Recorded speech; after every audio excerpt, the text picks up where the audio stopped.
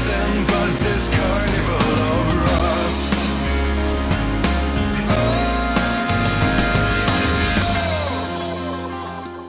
Hello fellow YouTubers, this is YouTube Moses here for my movie review for Hanna.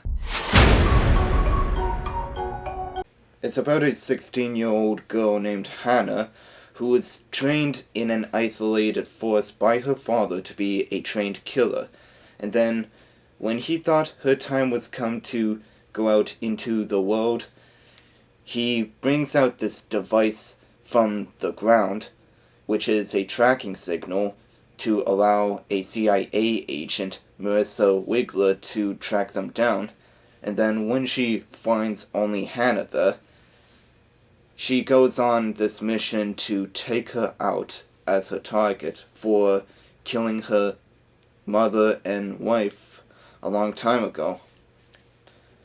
So, Hanna, I thought, was quite a good action thriller, and a lot of people had been calling it a great art house movie as well, and I agree with them. With unique qualities to it, and an excellent performance from Saoirse Ronan as Hanna. And for those of you that are still having problems trying to say her name, allow me to say it a couple more times. Saoirse. Anyway, Ronan as Hanna, this is the kind of character that had no interaction with society whatsoever, and when she's thrown back into the world, she had a lot of trouble trying to adapt to it, having no experience whatsoever with everything that she comes in contact with. For example, when she was in the hotel room trying to work several appliances like an electric kettle or a TV, she becomes very disoriented and scared by everything that's going on in that room.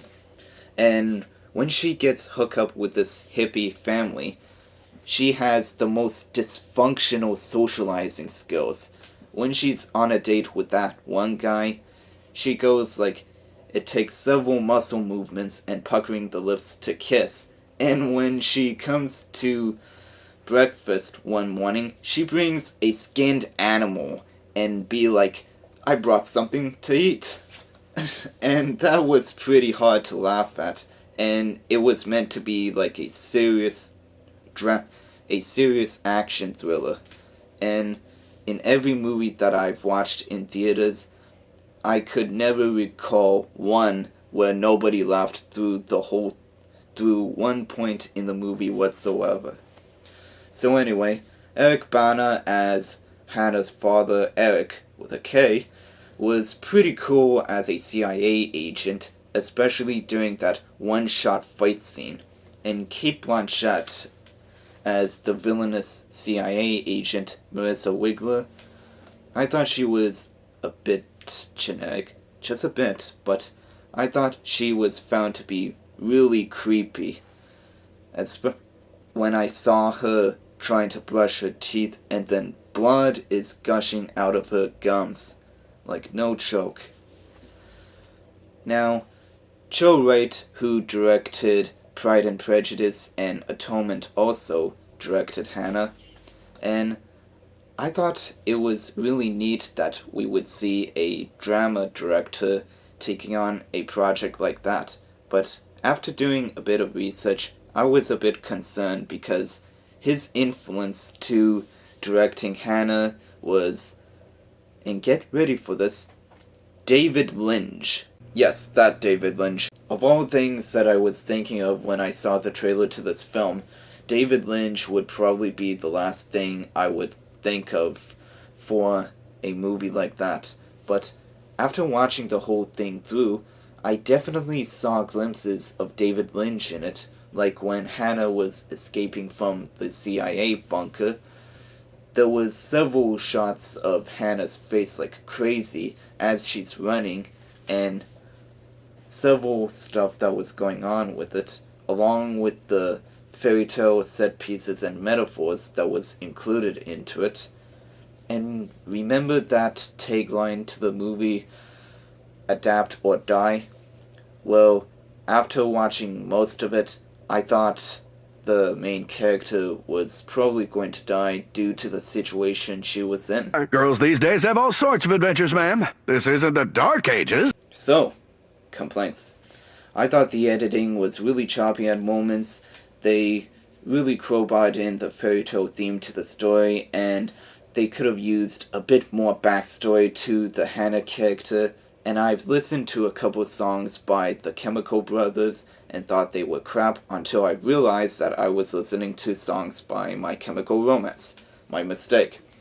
But the overall score to the movie was really great by the Chemical Brothers, and the cinematography is fantastic, of which all of Joe Wright's films are infamously famous for.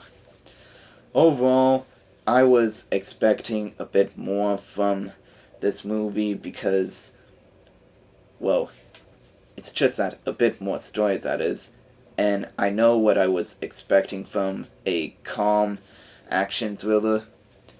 I liked all of the performances from the main cast, and they did something really different other than a flat-out action thriller.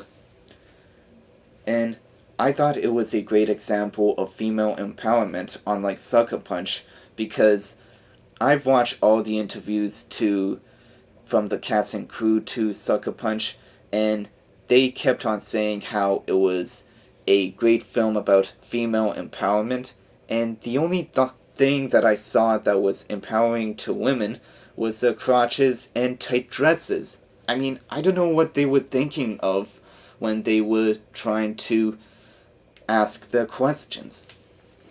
So anyway, if you do like if you like the Bourne movies or any of those assassin or art house movies, then I would definitely recommend Hanna to watch. Out of 5, I give it 3.5 out of 5. I would definitely like to own it on video when it comes out, and I can't wait for Saoirse Ronan's next film, where she plays another assassin who is an albino. So that's all for my review. Rate, comment, and subscribe, and I'll be back later. Until then, this is Yuto Moses, signing out.